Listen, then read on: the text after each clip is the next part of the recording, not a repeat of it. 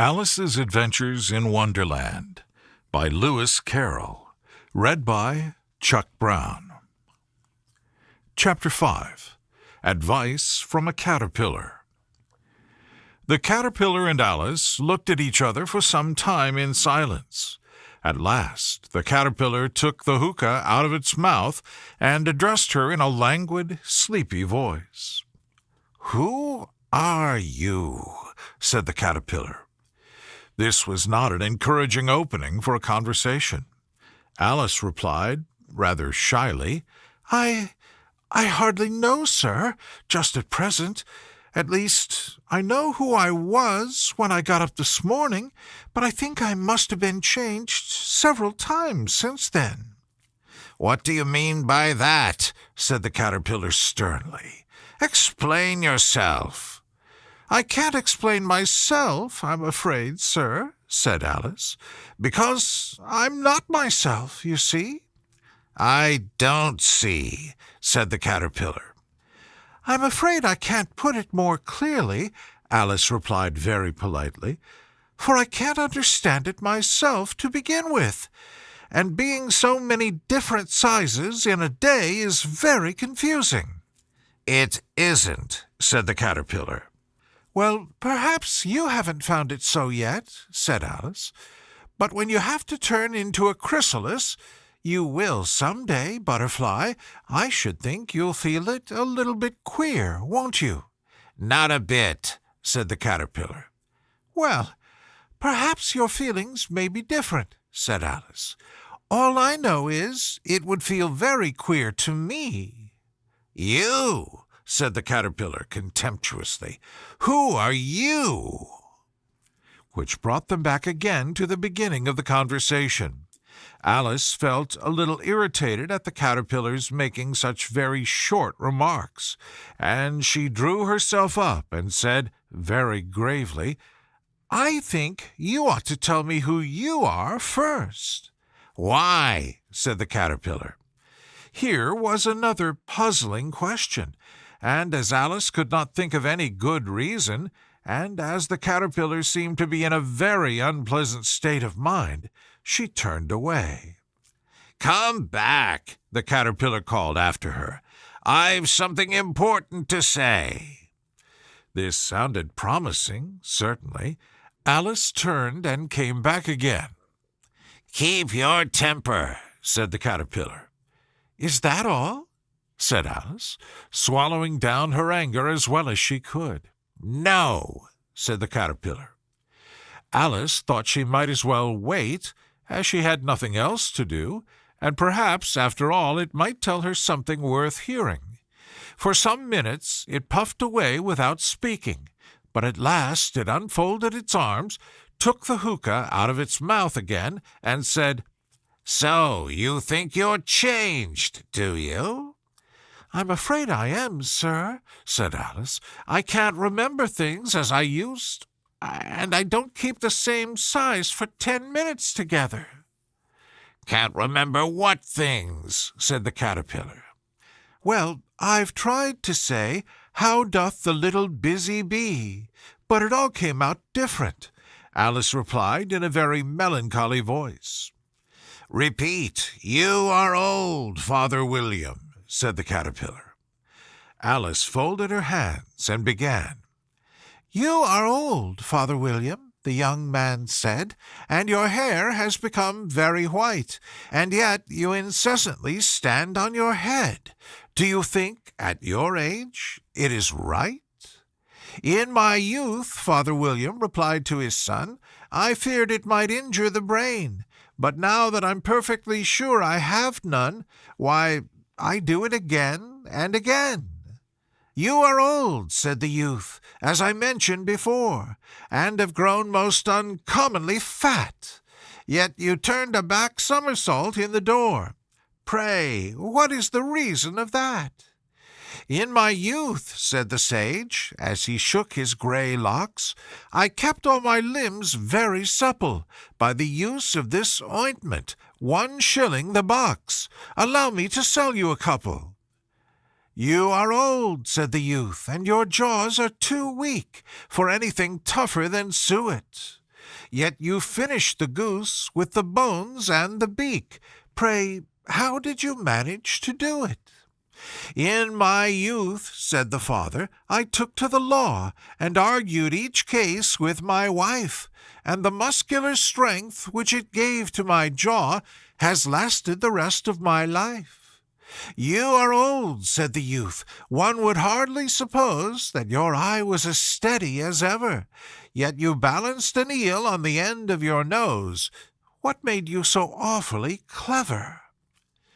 "I have answered 3 questions, and that is enough," said his father. "Don't give yourself airs. Do you think I can listen all day to such stuff? Be off, or I'll kick you down the stairs." "That is not said right," said the caterpillar. "Not quite right, I'm afraid," said Alice, timidly. "Some of the words have got altered." "It is wrong from beginning to end," said the caterpillar decidedly, and there was silence for some minutes. The caterpillar was the first to speak. "What size do you want to be?" it asked. "Oh, I'm not particular as to size," Alice hastily replied. "Only one doesn't like changing so often, you know." "I don't know," said the caterpillar. Alice said nothing. She had never been so much contradicted in her life before, and she felt that she was losing her temper. "Are you content now?" said the caterpillar. "Well, I should like to be a little larger, sir, if you wouldn't mind," said Alice. 3 inches is such a wretched height to be." "It is a very good height indeed," said the caterpillar angrily, rearing itself upright as it spoke. It was exactly 3 inches high. "But I'm not used to it," pleaded poor Alice in a piteous tone, and she thought of herself, "I wish the creatures wouldn't be so easily offended." "You'll get used to it in time," said the caterpillar, and it put the hookah into its mouth and began smoking again. This time Alice waited patiently until it chose to speak again. In a minute or 2 the caterpillar took the hookah out of its mouth and yawned once or twice, and shook itself.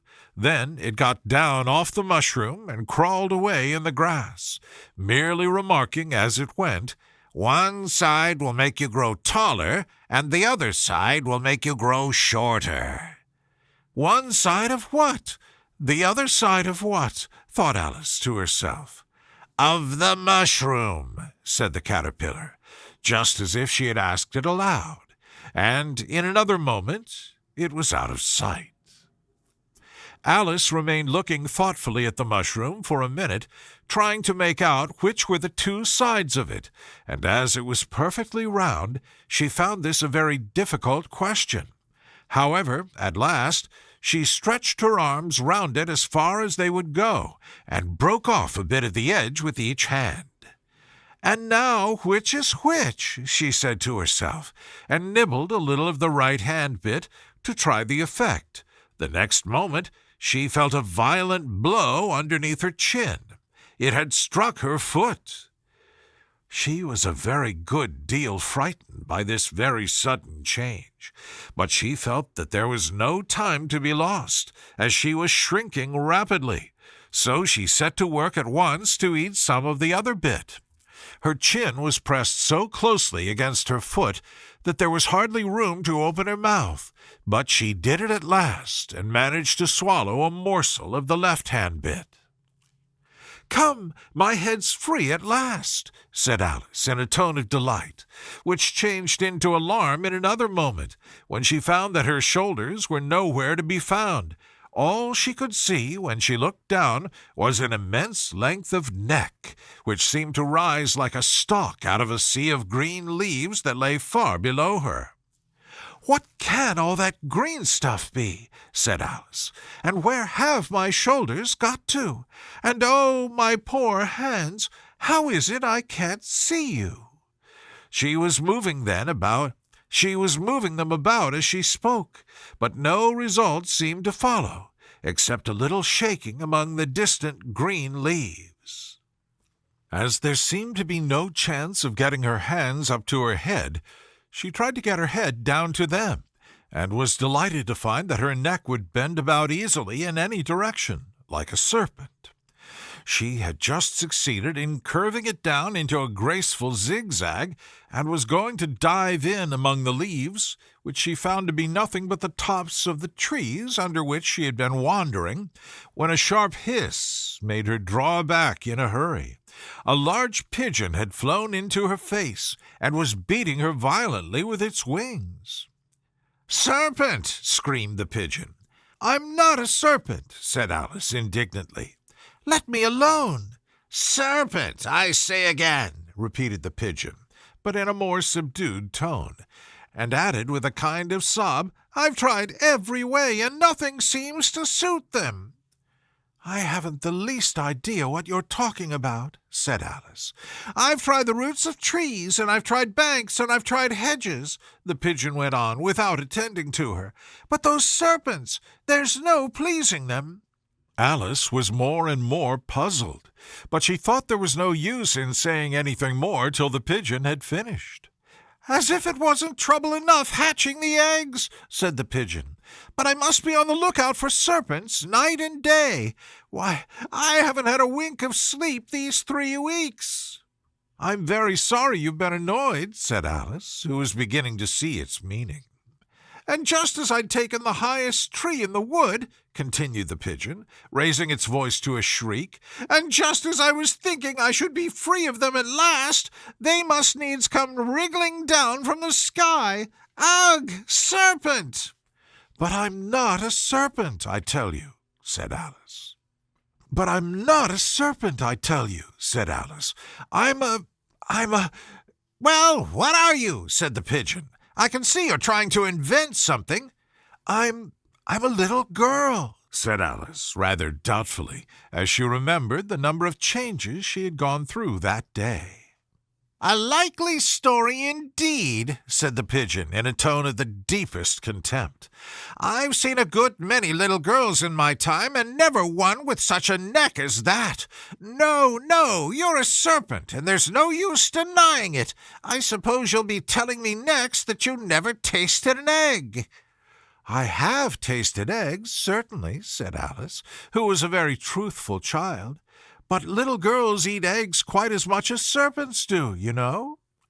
"I don't believe it," said the pigeon. "But if they do, why, then they're a kind of serpent. That's all I can say." This was such a new idea to Alice that she was quite silent for a minute or two, which gave the pigeon the opportunity of adding, "You're looking for eggs. I know that well enough. And what does it matter to me whether you're a little girl or a serpent?" "It matters a good deal to me," said Alice hastily, "but I'm not looking for eggs, as it happens, and if I was, I shouldn't want yours. I don't like them raw." "Well, be off then," said the pigeon in a sulky tone, as it settled down again into its nest. Alice crouched down among the trees as well as she could, for her neck kept getting entangled among the branches, and every now and then she had to stop and untwist it. After a while she remembered that she still held the pieces of mushroom in her hands, and she set to work very carefully, nibbling first at one and then at the other, and growing sometimes taller and sometimes shorter, until she had succeeded in bringing herself down to her usual height. It was so long since she had been anything near the right size that it felt quite strange at first, but she got used to it in a few minutes, and began talking to herself as usual. "Come, there's half my plan done now. How puzzling all these changes are! I'm never sure what I'm going to be from one minute to another. However, I've got back to my right size. The next thing is to get into that beautiful garden. How is that to be done, I wonder?" As she said this, she came suddenly upon an open place, with a little house in it about 4 feet high. "Whoever lives there," thought Alice, "it'll never do to come upon them this size. Why, I should frighten them out of their wits." So she began nibbling at the right-hand bit again, and did not venture to go near the house till she had brought herself down to 9 inches high. The end.